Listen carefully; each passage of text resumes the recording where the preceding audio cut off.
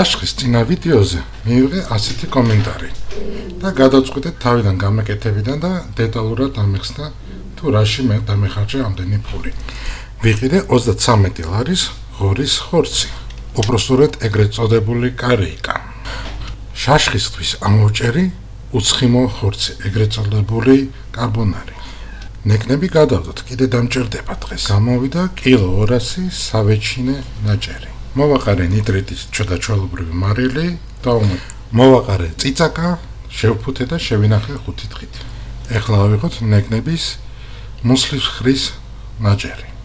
ამისგან მე გავაკეთებ ბეკონს. მაგასაც მოვაყრე ნიტრიტის და სუფრის მარილს, ასევე სხვადასხვა სუნელებს, წიწაკას და შევინახავ მაცივარში 5 დღით. სრული რეცეპტი შეგიძლიათ ნახოთ ჩემ არხზე. ახლა ავიღოთ ეს ნეკნები, რაც დაგვრჩა. მოვაყარე მარილი, პირპილი, წიწაკა, სხვადასხვა სუნელები, მივასხიოდნავ ზეთი, რომ სუნელებმა გახსნან თავისი არომატი და გადასცენ ხორცს. შევფუთე ფოლგაში და შევაგდე ღუმელში 2 საათით. დამჭა ეს ქონიანი ნაჭერი. თქვენ გონით რომ მაგას გადავაგდებ? არა.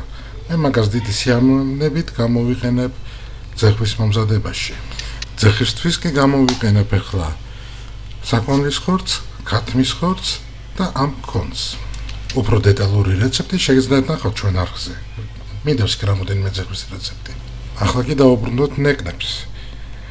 ნეკნებისთვის მინდა კარტოფილის გარნირი გავაკეთო. ამ კარტოფილი გავრეცხოთ და დავჭერდო, ხოდა ბოლომდე არა.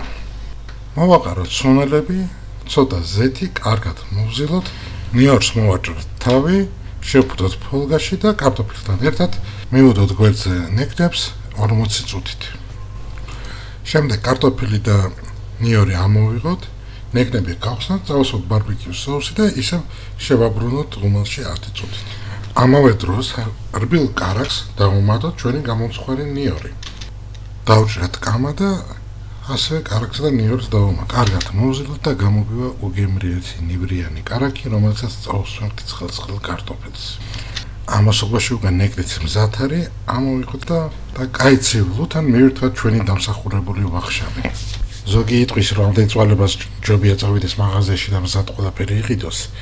მაგრამ შენი გაკეთებული რო არის და იცი რისგან კეთდება, როგორ კეთდება, ამას სულ სხვა გემო აქვს და სხვა მუღამი აქვს. დიდი მადლობა ყურადღებისთვის, გამოიწერეთ ჩვენი არხი, აქ ძალიან ბევრი სასარგებლო, კაი და გემრიელი რეცეპტი არის. მადლობა ყურადღებისთვის.